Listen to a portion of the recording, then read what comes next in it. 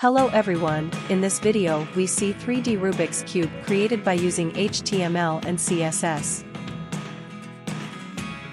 HTML code.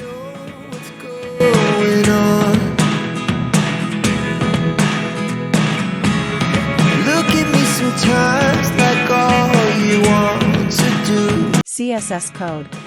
Going on. Look at me sometimes like all you want to do. Open in live server and we will see the result. Going on. Look at me sometimes like all you want to do is run. Hear me out, hear me out. Thanks for watching.